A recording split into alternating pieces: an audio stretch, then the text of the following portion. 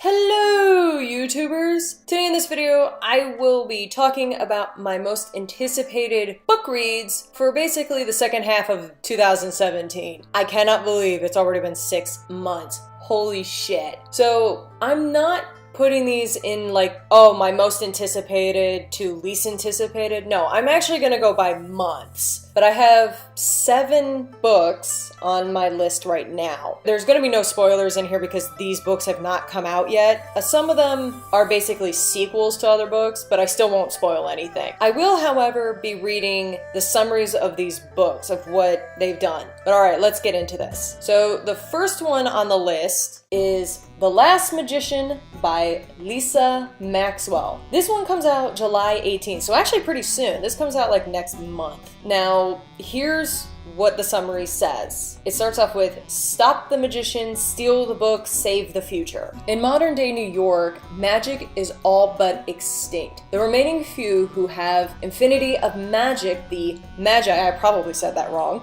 live in the shadows, hiding who they are. Any magus who enters Manhattan becomes trapped by the brink, a dark energy barrier that confines them to the island. Crossing it means losing their powers and often their lives. Esta is a talented thief, and she's been raised to steal magical artifacts from the sinister order that created the brink. With her innate ability to manipulate time, Esta can pilfer from the past, collecting these artifacts before the order even realizes she's there. And all of Esta's training has been for one final job: travel back to 1902 to steal an ancient book containing the secrets of the order and the brink before the magicians can destroy it and doom the Magi to a hopeless future. But old New York is a dangerous world ruled by ruthless gangs and secret societies, a world where the very air crackles with magic. Nothing is as it seems, including the magician himself. And for Esta to save her future, she may have to betray everyone in the past. So yeah, that's pretty much what The Last Magician is about. I couldn't really summarize that any better than that summary. Now, for my second book on the list, this is also in July. It's July 18th this book comes out. It's called The Library of Fates by Aditi Karanna. I butchered that so badly, so I apologize to the author. I told you I wasn't going to do these names just. But here's the summary of this book, because I can't summarize this book any better. And these names I will probably butcher, so be prepared for butchering like no other. Okay, because what I do know about this is it's supposed to be based off of Indian fairy tales. So that's what this is supposed to be based off of. No one is entirely certain what brings the Empire Shikander to Shalingar. Until now, the idyllic kingdom has been immune to his many violent conquests. To keep the visit friendly, Princess Amrita has offered herself as his bride, sacrificing everything: family, her childhood, love, and her freedom to save her people. But her offer isn't enough. The palace is soon under siege, and Amrita finds herself a fugitive, utterly alone, but for an oracle named Thele, who was kept by Shikander as a slave and managed to escape amid the chaos. With nothing and no one else to turn to, Amrita and Thele are forced to rely on one another. But while Amrita feels responsible for her kingdom and sets out to warn her people, the newly free Thele has no such ties. She encourages Amrita to go on a quest to find the fabled library of all things, where it is possible for each of them to reverse their fates, to go back to before Shikander took everything from them. Stripped of all that she loves, caught between her bruisey past and an unknown future, will Amrita be able to restore what was lost, or does another life and another love await? Wow, did I butcher those names? I am so sorry. That does actually sound very interesting to me, especially because this is based off of an Indian folklore, which I've never read read something like that before. And I don't know too much about indie fairy tales, myths, legends. I know very little of the gods, so this should be very interesting to me. I'm actually really excited to see what this book has to offer. This comes out August 29th, and it is called Mask of Shadows by Lindsay Miller. And here's what the summary says, and I'm gonna butcher these names too. Salat Leon is a thief, and a good one at that. But gender-fluid Sal wants nothing more than to escape the drudgery of life as a highway robber and get closer to the upper class and the nobles who destroyed their home. When Sal steals a flyer for an audition to become a member of the Left Hand, the Queen's personal assassins, named after the rings she wears. I'm sorry, what? Sal jumps at the chance to infiltrate the court and get revenge. But the audition is a fight to the death filled with clever circus acrobats, lethal apothecaries, and vicious ex-soldiers. Wow. A childhood as a common criminal hardly prepared Sal for the trials. And as Sal succeeds in the competition and wins the heart of Elise, an intriguing scribe at court, they start to dream of a new life and a different future, but one that Sal can have only if they survive. Damn, I got Throne of Glass vibes from that. Holy crap. Not a whole lot, but quite a bit. But I think somewhere someone did mention that it's like, oh, if you like Throne of Glass, you'll like this story. I don't know who said that, but someone did. I think another author said it. And speaking of Throne of Glass, the next on this list comes out September 5th, and would you know it, it's by Sarah J. Maas, and it's Tower of Dawn. It's the Chaol novella that is supposed to take place between Queen of Shadows and during Empire of Storms. But here's the summary for Tower of Dawn. Chaol Westfeld has always defined himself as his unwavering loyalty, his strength, and his position as the captain of the guard. Not anymore. But all of that has changed since the glass castle shattered, since his men were slaughtered, since the king of Otterland spared him from a killing blow but left his body broken. His only shot at recovering lies with the legendary healers of, oh wow, Terra Kemme in Antica, wow, the stronghold of the southern continent's mighty empire. And with war looming over Doran and Aelin back home, their survival might lie with Chaol and Nezran convincing its rulers to ally with them. But what they discover in Antica will change them both and be more vital to saving Aurelia than they could have imagined. Yep, that is what that summary says. Now mind you, the cover like literally dropped not too long ago, and that is actually the most interesting cover because it actually doesn't have a person on it. All the other ones have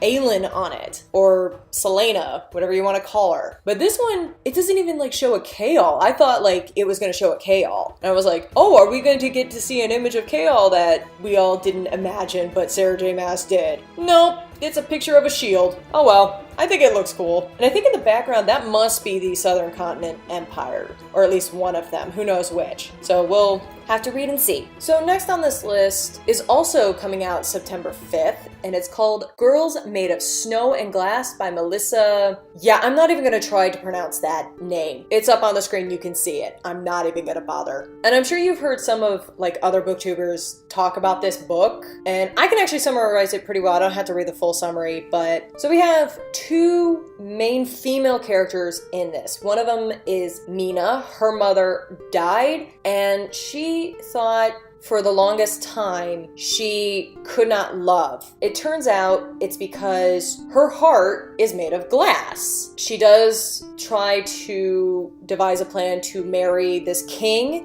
where this palace is called the Whispering Castle, and she figures that if she marries this king, maybe she can finally learn to love. Yeah, doesn't really work out like that. But she also becomes a stepmother. Mind you, she's 16 now. I don't know if like the story starts off with her being 16 and then she gets older. I'm not sure. I'm not clear on that, but we'll see. Oh yeah, by the way, it was her father who made her heart glass. You have to find out reading why that is. Now, the other character, she's 15 years old. She's the stepdaughter, and Lynette, I think is how you say her name. Her mother also died, and now she has this new stepmother that she's trying to like get in favor with and see if like she can get love from her. And then she too discovers that after her mother died, her father commissioned a magician, the same magician who made Mina's heart glass, which is her father, made Lynette from snow and resemble her mother. It says here, like, for a long time she's noticed that she looks like her late mother, and she finally discovers it was because her father commissioned to make her out of snow to look like her mom. Yeah, that's not weird or anything of these men. Jesus Christ. So yeah, I kind of found that very intriguing, especially like when I saw a couple booktubers talk about it and showed the cover. We'll have to read to find out why Mina's heart got turned into glass. We know why Lynette was turned into snow, or made from snow, I should say, and we have to see, like, do they actually form a mother-daughter bond? So I'll have to read to see how that plays out. Now, the next book, this comes out October 3rd, and it's J.K. Rowling. It's actually the illustrated version of Harry Potter and the Prisoner of Azkaban, the third book of the Harry Potter series. I have seen the illustrations of the other two books, the first two, and I'm loving these illustrations. They are amazing to reread these books with these illustrations. It is so cool to see what J.K. Rowling was seeing in her head when she was making this series. I mean, we all have our own imaginations, but it's cool to see what the author was really thinking in their head, what they were seeing. So I'm definitely looking forward to this. Oh my god, it's gonna be awesome. So now we're on to the final book. This book comes out October 24th, The Glass Spare by Lauren. Wow, I cannot say that last name. I'm not going to attempt it. My goodness, no way. And of course, the first thing on the summary is the main character's name that I cannot pronounce. I really can't pronounce this. But her nickname, I guess, is Will. I'm not going to attempt to pronounce her full name though. Will, the fourth child and only daughter of the king of the world's wealthiest nation, has grown up in the shadows, kept hidden from the world in order to serve as a spy for her father. Wow, what a great father, whose obsession with building his empire is causing a war. Will wants nothing more than to explore the world beyond her kingdom, if only her father would give her the chance. Until one day Will is attacked and she discovers a dangerous secret. Her touch turns people into gemstones. At first, Will is horrified, but as she tests its limits, she's drawn more and more to the strange and violent ability. When it leads to tragedy, the Will is forced to face the destructive power within her and finally leave her home to seek the truth and a cure. But finding the key to her redemption puts her in the path of a cursed prince who has his own ideas for what to do with Will's power. Yeah, that's just fantastic. With a world on the brink of war and a power of unlimited destruction, can Will find a way to help the kingdom that's turned its back on her, or will she betray her past and her family forever? Holy shit. Also, fantastic father. Way to go, jackass. And yeah, until I know what this prince is about, I'm not liking him. But when I read that summary, I was kind of intrigued by that, because it does sound like this girl is definitely going to be going on one hell of an adventure. And the fact that her touch turns people to gemstone, that kind of reminded me of like a Greek mythology of this Greek king who basically got blessed because he saved someone by the god Dionysus and gave him the touch of turning things to gold. And of course it ends in tragedy because he turns his daughter into gold at one time. So that's kind of like the vibe I got from this. I'm like,